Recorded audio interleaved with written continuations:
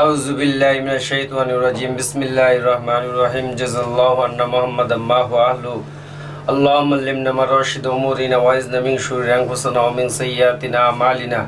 আল্লাহুম্মা হদিনা ওয়াহদি বিনা ওয়াহদিন নাস জামিয়া ওয়াজআলনা সাওয়াবাল লিমান ইহতাদা।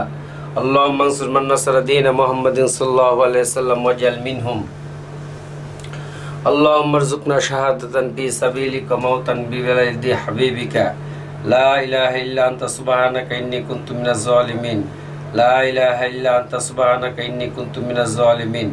আস্তাগফিরুল্লাহাল্লাযী লা ইলাহা ইল্লা হুয়াল হাইয়ুল কাইয়্যুম ওয়া আতুবু ইলাইহি ওয়া লা হাওলা ওয়া লা কুওয়াতা ইল্লা বিল্লাহিল আলিয়্যিল আযীম। আস্তাগফিরুল্লাহাল্লাযী লা ইলাহা ইল্লা হুয়াল হাইয়ুল কাইয়্যুম ওয়া আতুবু ইলাইহি ওয়া লা হাওলা ওয়া লা কুওয়াতা ইল্লা বিল্লাহিল আলিয়্যিল আযীম। 1432 বাংলা নববর্ষের শুভেচ্ছা। নতুন বছরের নতুন দিনে আল্লাহ দরবারে লক্ষ লক্ষ শুকরিয়া আদায় করি যে আমাদের গ্রাম বাংলার ঐতিহ্য বাংলাদেশের মানুষ হৃদয়ে ধারণ করে, তাদের অতীতের ঐতিহ্যকে লালন করে, ধর্ম বর্ণ গোত্র সর্বপ্রাণী সব শ্রেণীর পেশার এবং উঁচা লেভেল থেকে একবারে ফুটপাতের ঘুমন্ত যে ব্যক্তিটা আছে, সবাই বাংলাদেশের নাগরিক। একে অপরের প্রতি শ্রদ্ধাশীল হবে, একে অপরের প্রতি আন্তরিক হবে, এতে অপরের প্রতি অত্যন্ত হৃদয় পূর্ণ ভালোবাসা নিয়ে নতুন বছর শুরু করবে এবং অতীতের দুঃখ কষ্ট গ্লানি অতীতের ব্যথা বেদনা সব কিছুকে ভুলে গিয়ে নতুন করে সাজাবে নতুন বছর। এটাই আমার কামনা এবং এটাই আমাদের প্রত্যেকটা মানুষের ভিতরেই কামনা বাসনা থাকা, এটা আমাদের অবশ্যক কর্তব্য এবং আমাদের জরুরি। কারণ বাংলাদেশে যত সম্প্রদায়ের মানুষ বাস করুক না কেন, যত রকম যত বর্ণের যত গোত্রের, সবার রক্ত লাল। কারণ আমি জানি আমার যখন 2022 সালে ফেব্রুয়ারি মাসের 21 তারিখে পা কাটা হইল, তখন আমি দেখতে পারলাম যে আমার প্রায় 23 ভাগ রক্ত পোস্ট করা লাগছে। সবার রক্তই কিন্তু লাল ছিল, কারো রক্ত কালো ছিল না। যাই হোক, আল্লাহ সুবহানাহু ওয়া তাআলার দরবারে আমি লক্ষ লক্ষ শুকরিয়া আদায় করি যে আল্লাহ সুবহানাহু ওয়া তাআলা আমাকে কথা বলার মতন তৌফিক দান করছেন। এজন্য মহান সৃষ্টিকর্তা মহান রব্বুল আলামিনকে আমি ধন্যবাদ জানাই। অন্যান্য ধর্মাবলম্বী যারা আছেন তারা তাদের ধর্মের যে উপাসনা করেন, তাদের ধর্মকে তারা যথাযথভাবে পালন করবেন। প্রত্যেক ধর্মের ভিতরে আছে ভ্রাতৃত্ববোধ, সৌহার্দ্যপূর্ণ আচরণ। প্রত্যেক ধর্মে আছে একের অপরের প্রতি শ্রদ্ধাশীল, কেউ কারো প্রতি জুলুম অত্যাচার নির্যাতন এই ধরনের মন মানসিকতা থাকবে না। এটাই হলো আমাদের বাঙালি সংস্কৃতি, বাঙালি হৃদয়ের মানুষের মাটি ও মানুষের সংস্কৃতির ভিতরে এগুলো আজকে ওই এত বাংলার যে শতাব্দী যত শতাব্দী চলতেছে, এটাই তারা আজকে হৃদয়ে এখন পর্যন্ত লালন করে আসছে। পয়লা বৈশাখে যে আনন্দ, যে র্যালিগুলা বাংলাদেশে হয়েছে, যা অত্যন্ত আনন্দদায়ক, অত্যন্ত ভালো লাগার মতন। মানুষ অনেক সবসময় ক্লান্ত থাকে, অনেক সময় পরিশ্রান্ত থাকে, অনেক মানসিক হাইপার টেনশনে থাকে, অনেক মানসিকভাবে বিকারগ্রস্ত থাকে। এই পহেলা বৈশাখের ভিতরে যে আনন্দ উল্লাস উৎফুল্লতা, এর যে মানুষের ভিতরে এক নতুন উদ্দীপনা তৈরি হয়, জাগ্রত বোধ তৈরি হয়, ভ্রাতৃত্ববোধ তৈরি হয়।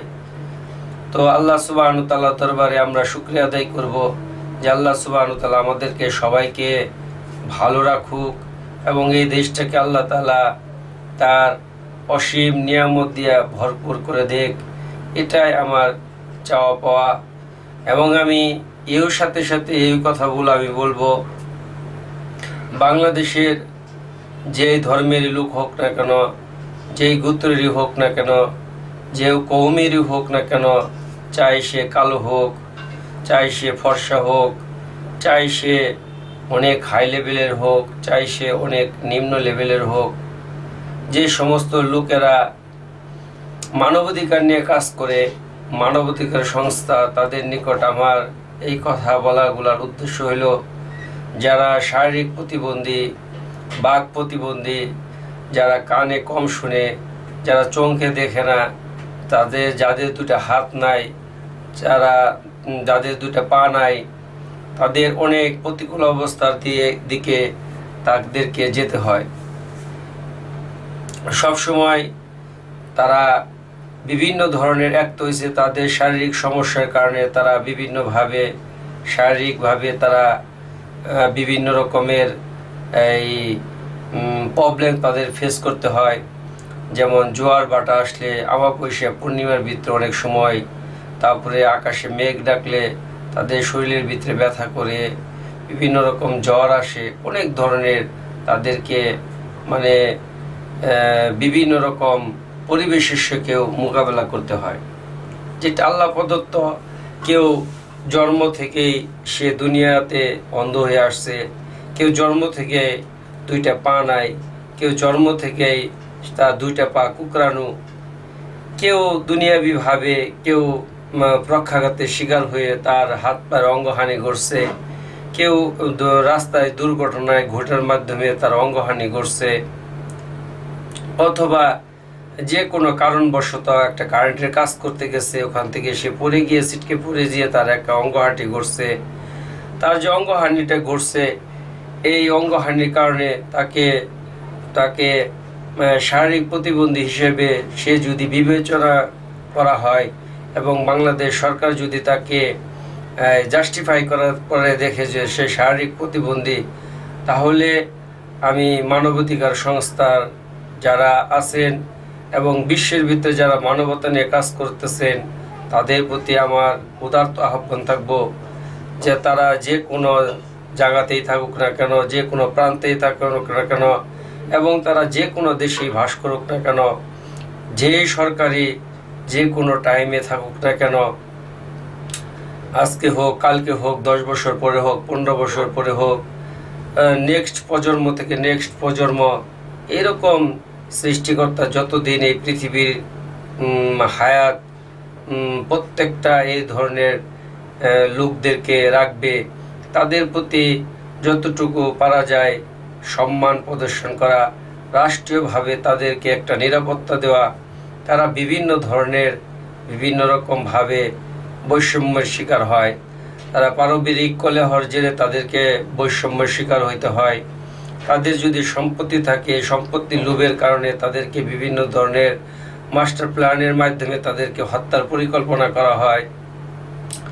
আর তাদের যদি পিতা মাতা ভাই বোন না থাকে, তাহলে সেই ক্ষেত্রে মানুষ তাদের পেয়ে বিভিন্নভাবে আরো কষ্ট দেওয়ার চেষ্টা করে। আর যদি দেখা যায় যে তার ভাই বোন আছে, আত্মীয় স্বজন আছে, তারপরেও দেখা যায় যে তার অর্থ সম্পদ নাই, সেই কারণে তাকে সমাজের বোঝা মনে করা হয়। সেই ক্ষেত্রে তাকে বিভিন্নভাবে কলাকৌশলে তাকে যদি হত্যা করা হয়, সেই ক্ষেত্রে তারা আবার তাকে দুর্ঘটনা বলিয়া তাকে কবর দেওয়া হয়। আমার কথা হইল, প্রত্যেকটা শারীরিক প্রতিবন্ধী, বাক প্রতিবন্ধী এবং অন্ধ, বোবা, যারা আল্লাহ প্রদত্তভাবে তারা দুনিয়াতে এরকম কিছু হয়ে দুনিয়াতে আসছে, তারা এই গ্রহেরই মানুষ, তারাও আশরাফুল মাখলুকাত, তারাও হইতে পারে আল্লাহ তাআলার কোনো নিদর্শন। আল্লাহ তাআলা বলছেন, আমি সব কিছু নিদর্শন স্বরূপ তোমাদের নিকট প্রেরণ করছি, তোমরা যা দেখে তোমরা এক আল্লাহ তাআলার রুবুবিয়তকে, এক আল্লাহ তাআলার বড়াইকে তোমরা যাতে করে স্মরণ করতে পারো যে আল্লাহ তাআলা চাইলে আমাকে তার মতন করতে পারত। সেজন্য তাদের উপর কোনো ধরনের জুলুম, অত্যাচার, নিপীড়ন এবং কি তাদেরকে মানে বড় ধরনের কোনো ধরনের এমন কোনো ক্ষয়ক্ষতি করার জন্য যারা চিন্তা চেতনা করে, তাদেরকে এই সমস্ত কাজ থেকে আমি বিরত থাকার জন্য বলবো।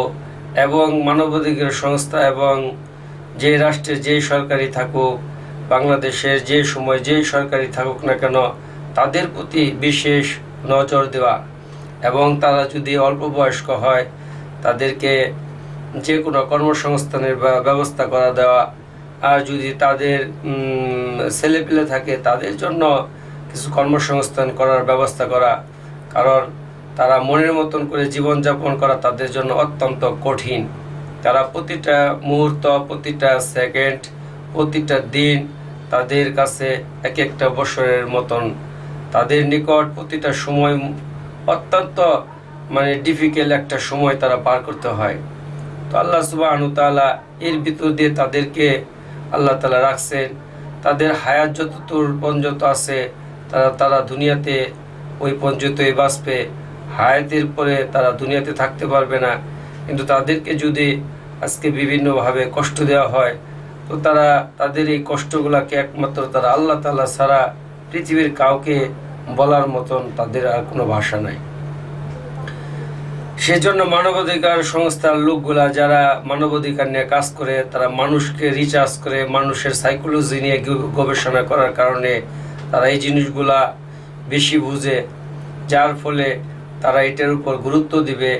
আমি এই প্রথম বাংলা নববর্ষের যে আনন্দ, সেই সাথে সাথে আমি তাদেরকে স্মরণ করাই দিই যে তারা যেন এই জিনিসটাকে খুব গুরুত্ব সহকারে বিবেচনা করে, এবং কি এদের প্রতি অত্যন্ত সহানুভূতিশীল হবে, এবং আইনকারী সংস্থাও এদের প্রতি যথেষ্ট পরিমাণ সোচ্চার আছে, ইনশাল্লাহ আরও থাকবে। তো আমি এই বাংলা শুভ নববর্ষের প্রত্যেকটা বাঙালি ভাইয়েরা যেখানেই থাকুক না কেন, যে কোনো রাষ্ট্রে থাকুক না কেন, সবাই ভালো থাকুক, সবার দীর্ঘায়ু কামনা করি। যে ধর্মের থাকুক না কেন, সে তার ধর্মের তার যে উপাসনালয় আছে তার মাধ্যমে সে তার ধর্মের যে আনুগত্য পোষণের মাধ্যমে সে আত্মার প্রশস্তি লাভ করে। সেজন্য তারা যেভাবে আছে, আমরা হিংসা, হানাহানি, বিদ্বেষ ভুলে গিয়ে আমরা একে অপরের প্রতি ভ্রাতৃত্ববোধ বজায় রাখার জন্য চেষ্টা করব। আর আমরা মুসলমান হিসেবে আমরা প্রত্যেক মুসলমান, কুল্লু মুসলিম ইখওয়াতি, সমস্ত মুসলমান ভাই ভাই। এটা আল্লাহ তাআলাই বলছেন যে প্রত্যেক মুসলমান ভাই ভাই। আল্লাহ তাআলা বলে দিয়েছেন কুল্লু মুসলিম ইখওয়াতি, সমস্ত মুসলমান ভাই ভাই। আমরা সেই জন্য এক ভাইয়ের পাশে থাকব। আমি নতুন বছরে এও বলবো, আজকে সারা ওয়ার্ল্ডের ভিতরে আজকে ফিলিস্তিনি ভাইদের জন্য আমরা সবাই দোয়া করব, যাতে করে আল্লাহ তাআলা তাদের সবাইকে হেফাজত করে, তাদের জানমালের নিরাপত্তা, তাদের যে সমস্ত সমস্যাগুলো আছে এই সমস্যাগুলোকে আল্লাহ তাআলা সলভ করে দিবে, এবং আল্লাহ সুবহানাহু ওয়া তাআলা তাদেরকে যে সমস্ত ঈমানি পরীক্ষা নিতেছেন, এই ঈমানি পরীক্ষার ভিতরে তারা যাতে উত্তীর্ণ হইতে পারে, এর জন্য আল্লাহ তাআলা তাদেরকে আরও ধৈর্য শক্তি দেয়। কারণ ধৈর্যের উপরে কোনো শক্তি নাই। পৃথিবীতে যত শক্তি থাকুক না কেন, আল্লাহ তাআলা বলছে সবচেয়ে বড় শক্তি হচ্ছে ধৈর্যের শক্তি। আল্লাহ তাআলা বলছে ওয়াল আসরি ইন্নাল ইনসানা লাফি খুসর ইল্লাল্লাযীনা আমানু ওয়া আমিলুস সলিহাতি ওয়া তাওয়াসাউ বিল হাক্কি ওয়া তাওয়াসাউ বিস সবর। এখানে আল্লাহ তাআলা জামানার কসম খায় বলছেন যে এখানে সমস্ত লোকদের কথা বলা হয়েছে যে এই শ্রেণীর লোকগুলা ধ্বংসপাত্র। কিন্তু শেষ ফিনিশিং আল্লাহ তাআলা বলছে কি, যে ধৈর্যশীল যারা তারাই একমাত্র সাকসেসফুল, তারাই একমাত্র কামিয়াব, তারাই একমাত্র সর্ব উত্তম এবং সর্বগ্রেডের মানুষ। সেই জন্য আমরা যে কোনো পরিস্থিতি, যে কোনো সিচুয়েশন আসুক না কেন, আমরা ধৈর্যের সহিত মোকাবেলা করার জন্য তৌফিক দান করুক। তো আল্লাহ তাআলা আমার এই কথাগুলোকে বোঝার তৌফিক দান করুক। আর এই কথাগুলোকে অবশ্যই পারলে কাইন্ডলি আমরা একটু শেয়ার করে দিব। এই কথাটা যদি কথা ভালো লাগে, এই কথাটা যদি একটা কোনো জ্ঞানী ব্যক্তির ভিতরে এই কথাটা যদি পৌঁছে যায়, হইতে পারে এই সমস্ত মানুষগুলো অত্যন্ত উপকৃত হবে। সেজন্য আল্লাহ তাআলা আমাদের সবাইকে বোঝার তৌফিক দান করুক। আসসালামু আলাইকুম। নববর্ষের নতুন বছরের শুভেচ্ছা, বাংলা নতুন বছরের শুভেচ্ছা। আমি মোহাম্মদ রুকনউদ্দিন, নান্দিনা পুরাতনপাড়া জামালপুরের অধিবাসী। বাংলাদেশ আমার দেশ। Slip of tongue. কাইন্ডলি কোনো কথার ভিতরে ভুল ত্রুটি হলে অবশ্যই আমাকে ক্ষমার দৃষ্টিতে দেখবেন, আমাকে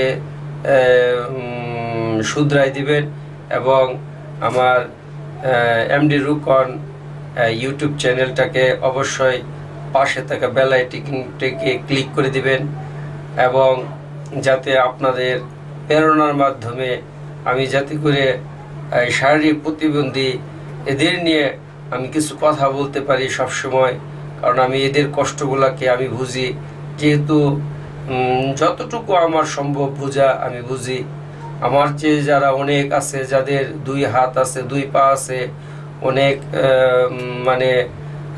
মানে শারীরিক অঙ্গ প্রত্যঙ্গ একদম বডি ফিটনেস 100 ভাগের ভিতরে 100% সঠিক, তারা আমাদের চেয়েও ভালো বুঝে। তারা অনেক জ্ঞানী মানুষ, তারা অনেক বিচক্ষণ ব্যক্তি, তারা আমাদের চেয়ে ভালো বুঝে। তো আল্লাহ তাআলা ভালো মানুষ দুনিয়ার ভিতরে আছে দেখেই আল্লাহ তাআলা এই দুনিয়াকে টিকায় রাখছেন। সব জামানায় প্রতিটা সময় ভালো মানুষ ছিল, এরকম সব সময়ই ভালো মানুষ থাকবে। যখন ভালো মানুষ থাকবে না, তখন আল্লাহ সুবহানাহু ওয়া তাআলা আরশ, কুরসি, লৌহ, কালাম, দুনিয়ার সমস্ত কিছুকে আল্লাহ তাআলা ধ্বংস করে দিবেন। কারণ আমাদের সামনের যে জীবন আসতেছে, সেই জীবনটা হলো মৃত্যুর এক জীবন। সেখানে আমরা কয়েকদিন পরেই কখন কে কখন মারা যায় এটা কেউ জানে না। কেউ 1 সেকেন্ড আগে মারা যাবে, কেউ 1 সেকেন্ড পরে মারা যাবে, কেউ 1 বছর পরে, কেউ 2 বছর পরে। মানে এভরি অ্যানিমেল ইজ মর্টাল। ও যার জীবন আছে তার মৃত্যুর স্বাদ বহন করতে হবে। আল্লাহ কোরআনে বলছে কুল্লু নাফসিন যায়কাতুল মউত, প্রত্যেকটা প্রাণীর মৃত্যু ঘটবে। এবং কি আজরাইল আলাইহিস সালাম যে জান কবজ করবে, সেখানেও আজরাইল আলাইহিস সালাম সবার পরে আল্লাহ সুবহানাহু ওয়া তাআলা বলবেন তোমার জান কবজ করো। তখন আজরাইল আলাইহিস সালাম তখন তার জান কবজ করবেন। তখন আল্লাহ তাআলা দেখবে এই জমিনের ভিতরে আরশ, কুরসি, লৌহ, কালামের ভিতরে কোনো জিন নাই, কোনো ইনসান নাই, কোনো কীট পতঙ্গ নাই, কোনো ফেরেশতা নাই, কেউ নাই, শুধু আল্লাহ তাআলা একাই। তখন আল্লাহ তাআলা নিজেই বলবেন লিমানিল মুলকুল ইয়াউম, আজকে রাজত্ব কার? কোনো আসবে না, কোনো ডাক আসবে না। নমরুদের ডাক আসবে না, ফেরাউনের ডাক আসবে না, হামানের ডাক আসবে না। যারাই বলতো আমার রাজত্ব, কারো কোনো শব্দ আসবে না। তখন আল্লাহ তাআলা বলবে লিল্লাহিল ওয়াহিদিল কহার, আজকে রাজত্ব মহাপরাক্রমশালী এক আল্লাহর। সেজন্য আমরা ওই আল্লাহ তাআলার দিকে আমরা ধাবিত হব। আল্লাহ তাআলার দিকে আমরা সব সময়, প্রতিটা মুহূর্ত, প্রতিটা সময় আমরা আল্লাহ তাআলাকে স্মরণ করব, নবীর প্রতি দরুদ পড়ব এবং আল্লাহ সুবহানাহু ওয়া তাআলাকে আমরা মন থেকে ভালোবাসবো এবং আল্লাহ তাআলাকে মন থেকে আমরা হৃদয়ের অন্তঃস্থল থেকে আল্লাহ তাআলাকে আমরা ডাকবো। আর আল্লাহ তাআলা আমাকে যে কোনো কষ্ট দেখ না কেন, এর জন্য আমরা ধৈর্য ধারণ করব। ধৈর্য হইতেছে সবচেয়ে বড় শক্তি। তো আল্লাহ তাআলা আমাদের এই কথাগুলোকে বোঝার এবং আমল করার তৌফিক দান করুক। কাইন্ডলি ভুল হলে ক্ষমার দৃষ্টিতে দেখবেন। আসসালামু আলাইকুম ওয়া রাহমাতুল্লাহি ওয়া বারাকাতুহু। অন্যান্য ধর্মের যারা আছেন তাদের প্রতি আমার আন্তরিক প্রীতি, শুভেচ্ছা, ভালোবাসা রইল। এই বলে আমি নতুন বছরের আজকে আমার এই সংক্ষিপ্ত কথাগুলোকে শেষ করলাম।